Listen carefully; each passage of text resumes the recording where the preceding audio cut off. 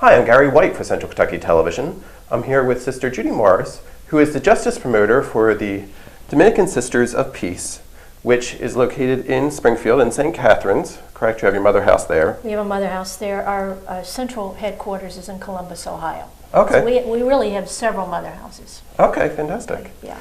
So one of the reasons that we have Sister here with us today is it recently that you released a corporate stance for the Dominican Sisters on gun control policies, or what you would like to see happen with gun control in the United States. Is that correct? That's correct. That was earlier in March. We Okay. issued that to media outlets throughout the United States. Okay. Well, let's touch base with what kind of stance you issued and what you would like to see happen with regards to gun control here in the United States. Okay. Well, Dominican Sisters and Associates of Peace have been concerned for some time with the volume of gun violence throughout the United States.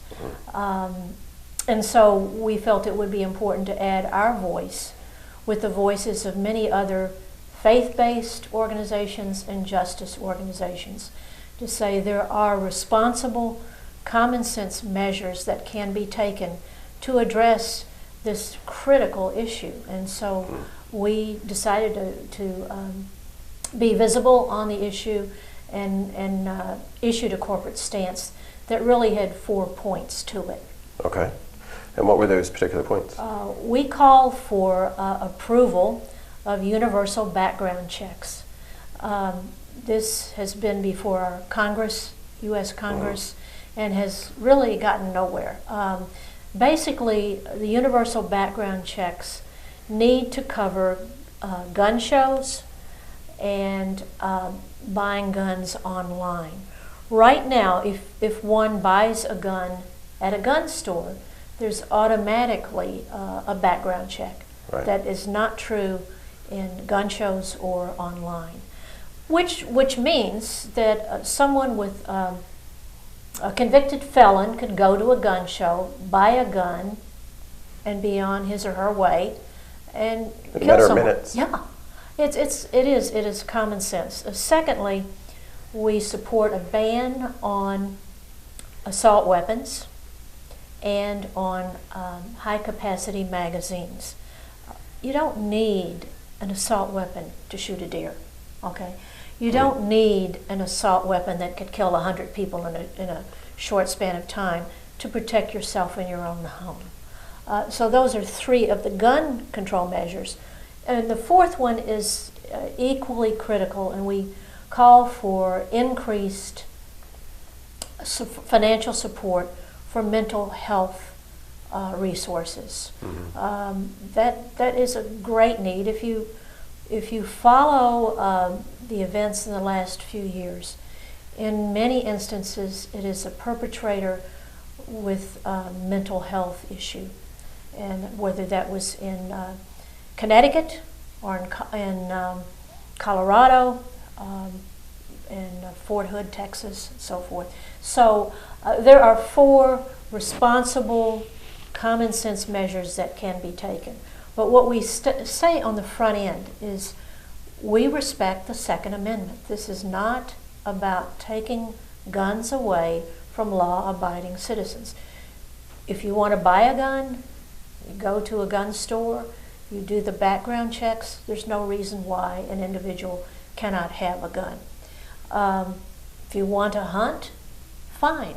We have no problem with someone getting a gun, going through the background checks, and hunting. So we want to clarify that. Okay.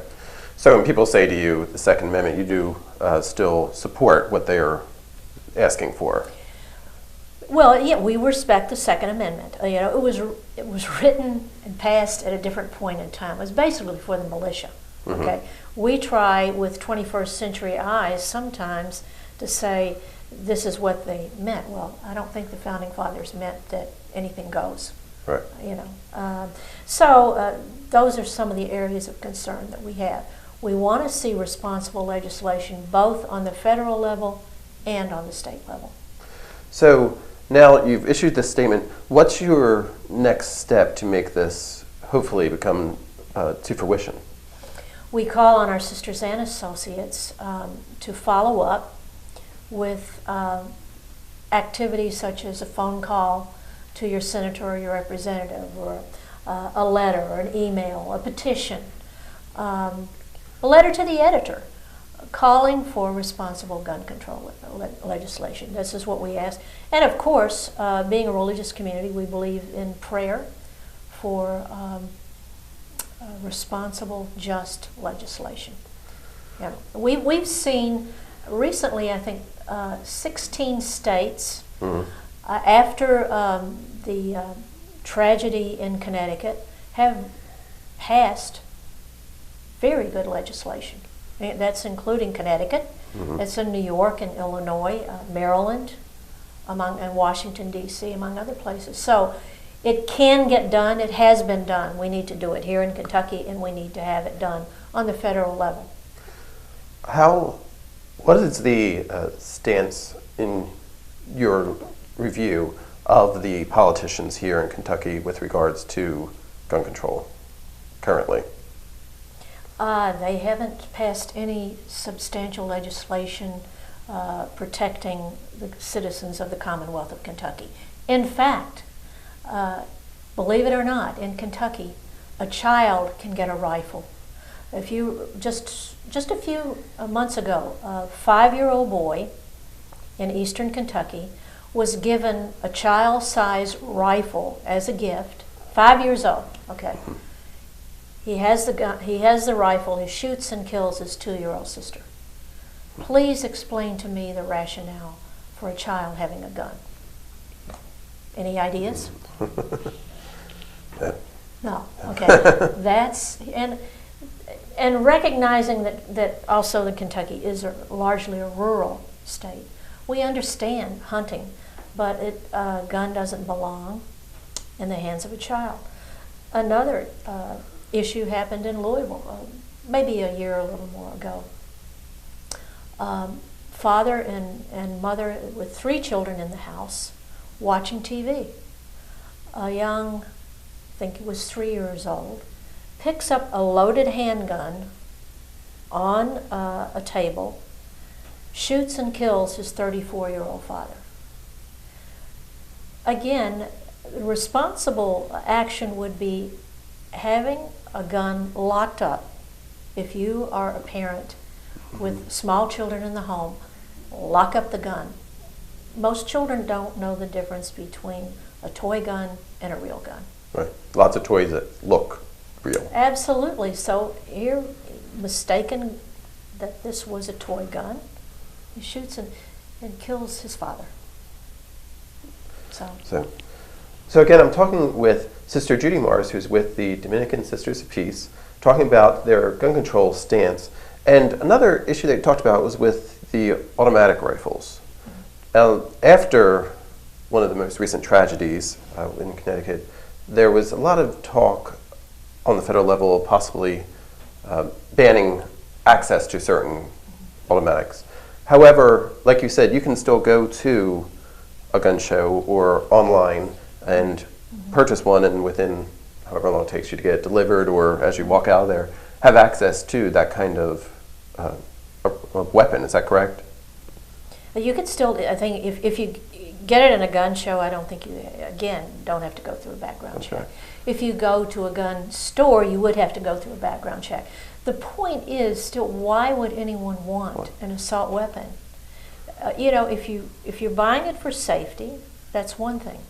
If you're buying it for hunting, again, there's nothing wrong with that. Why would you buy something that could kill many people very quickly? Now, we talked a little about a background check. What's included in a background check? When they go to a store to be checked, do you know who would be prohibited from owning a rifle? A convicted felon would not be allowed to purchase a gun. Someone with a long history of mental illness. Those are the 2 areas where there would be. And of course, this is really, the background check is done very efficiently. You're not going to wait a month to be able to buy a gun. Right. This is thanks to James Brady, who, if you recall, was press secretary for Ronald Reagan. he and his wife have been very consistent in their efforts for rational gun legislation, thanks to them. Since the Brady... And he was shot he was during shot, Reagan's and he is attempt. confined to a wheelchair since that time. As a result of the Brady bill, an estimated 1.5 million people have been prevented from buying guns. They had a record.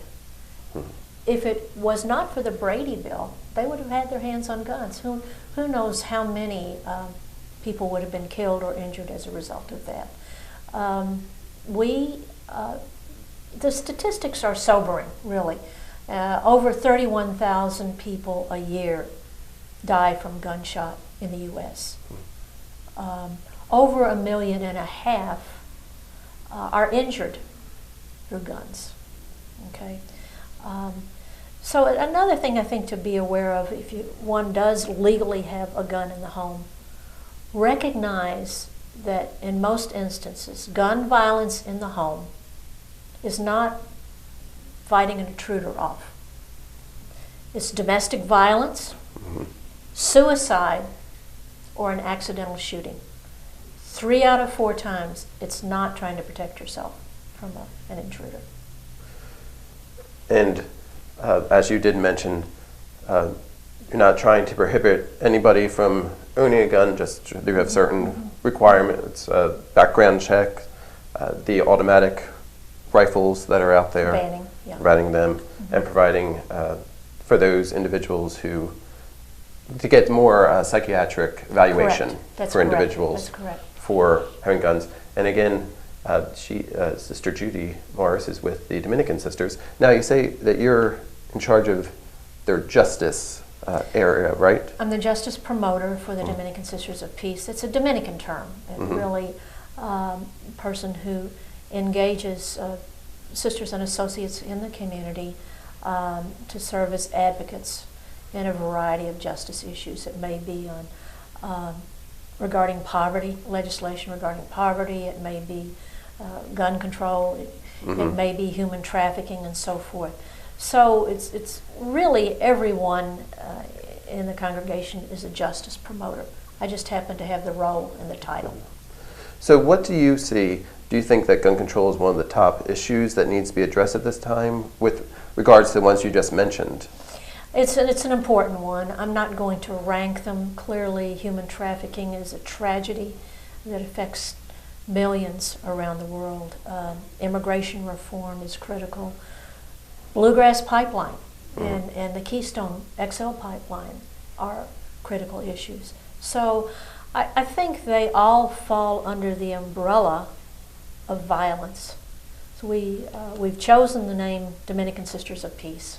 Okay, so we want to address issues of violence that affect everyone. And we are all affected, if not directly by gun violence, if not directly by human trafficking, we are affected in one way or another. And recently, then maybe 6 or 8 months ago, we did a little segment with the Nelson County Chamber of Commerce. They had some representatives talking about human trafficking, and it's not just something that's out there. It actually does occur in our own communities here. Is that correct? Correct. Yeah. And something that does need to be addressed too. Absolutely, absolutely.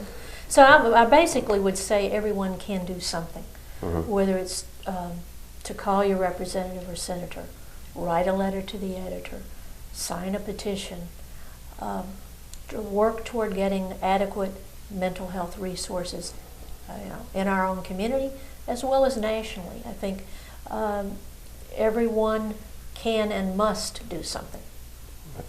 And again, it is the stance of the Dominican Sisters of Peace for their gun control. They have released that in March. If you're interested in some more information on this, is it on your website or somewhere else that they can find some more information? Yes, it's on our website, which is www.oppeace.org. You could email me at jmorris, MORRIS, @oppeace.org for further information. Well, thank you very much for talking with us today. Thank you for inviting me. Okay, again, I've been talking with Sister Judy Morris, who is with the Dominican Sisters of Peace, talking about their stance on gun control, has been Gary White for Central Kentucky Television.